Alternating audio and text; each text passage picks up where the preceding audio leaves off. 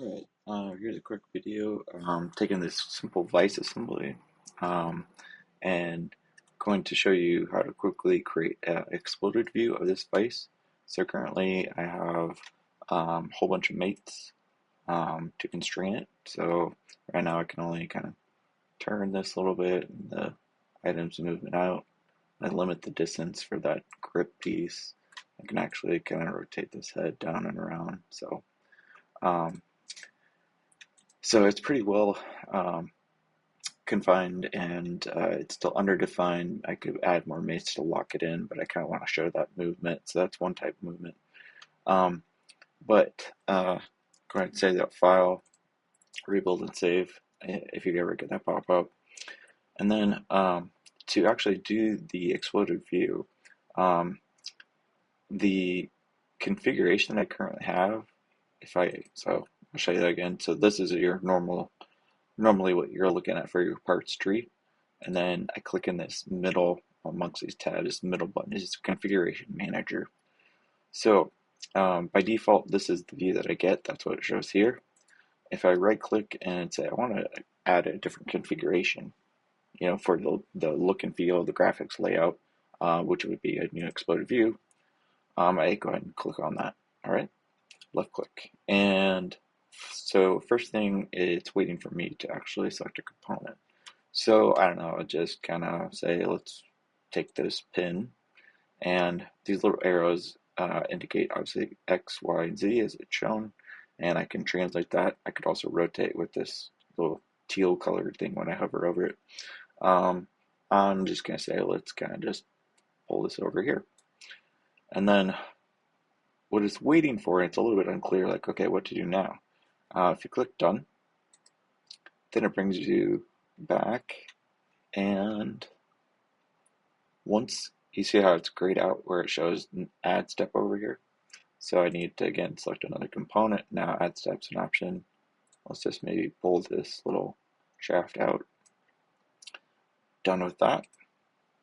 Same thing. Maybe let's pull this out as well. We'll kind of show it. It's kind of like a little bit of ways. That way you can show this.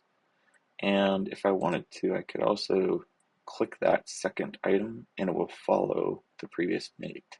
So that I click that grip and it snapped to that. So here it shows the two parts. Now I'm done with that.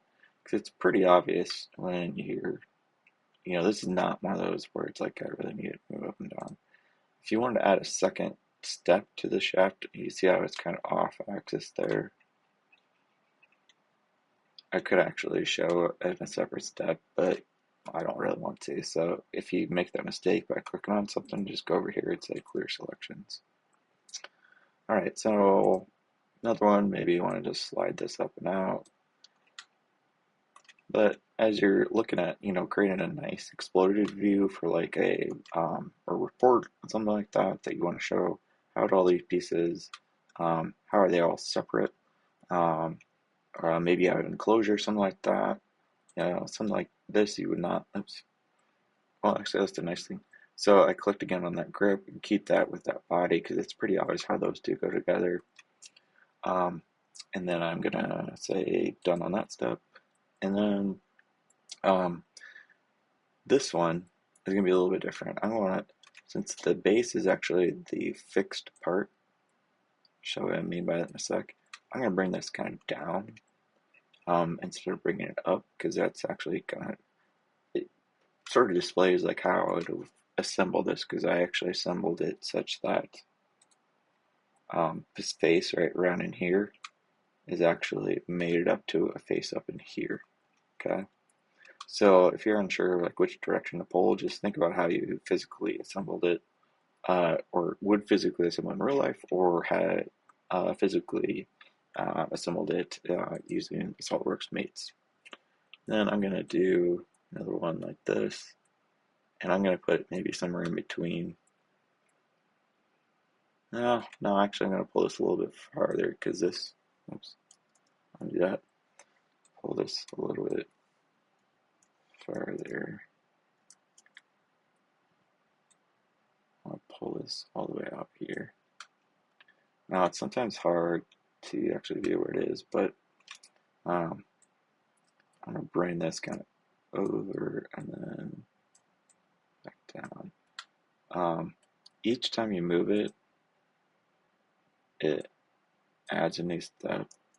So I'm just undoing what I just did.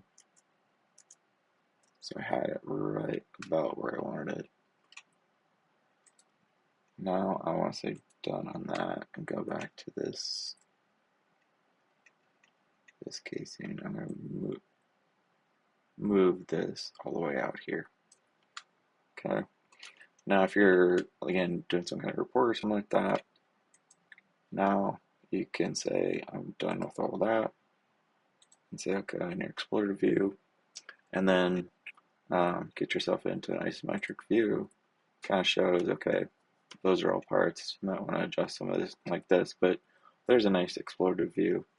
And then you could, take a screenshot there. And then when you're done, you can actually go back here and then set your view back to its normal view. Yeah, that's it for showing how to do an exploded view with this part.